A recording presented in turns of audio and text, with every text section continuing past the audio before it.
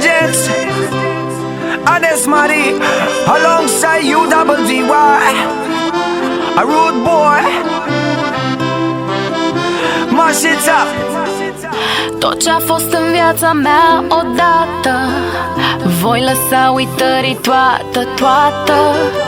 Ani și luni și nopți la rând, povară. Clipa despărțirii vine iară. N-am să cer ce nu poți da vreodată. N-am să cer iubirea toată. N-am să bat la porți închise iară. Nu-ți feri privirea într-o doară. Drumurile noastre poate se vor întâlni vreodată. Drumurile și iubirea, gândurile, fericirea. Drumurile noastre poate se vor întâlni vreodată.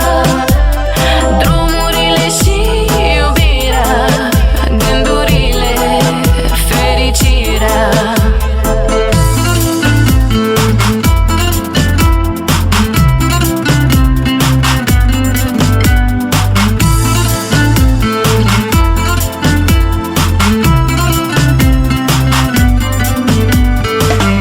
Voi păstra mereu în amintire dragostea curată care vine. Voi spera mereu într-o iubire cum n-a fost vreodată nici în filme.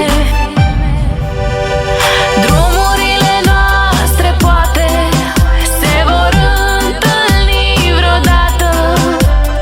Drumurile și iubirea, gândurile, fericirea. Știi, drumurile noastre toate nu ne vor duce prea departe. Acum pe noi ne desparte distanța dintre terra și Marte. Și nu mai înțeleg ce vrei, ce ai de gând acum să-mi iei. Ți-am dat cheile inimii mele și tu le-ai pierdut printre stele. I-am zice că n-o să mai țină, nu mă durează mult și eu sunt de vină. Dar acum chiar nu mai contează, drumurile nu se mai intersectează. I-am zice că n-o să mai țină, nu mă durează mult și eu sunt de vină. Dar acum chiar nu mai contează, căci azi inimile noastre visează. Drumurile noastre poate se vor întâlni vreodată.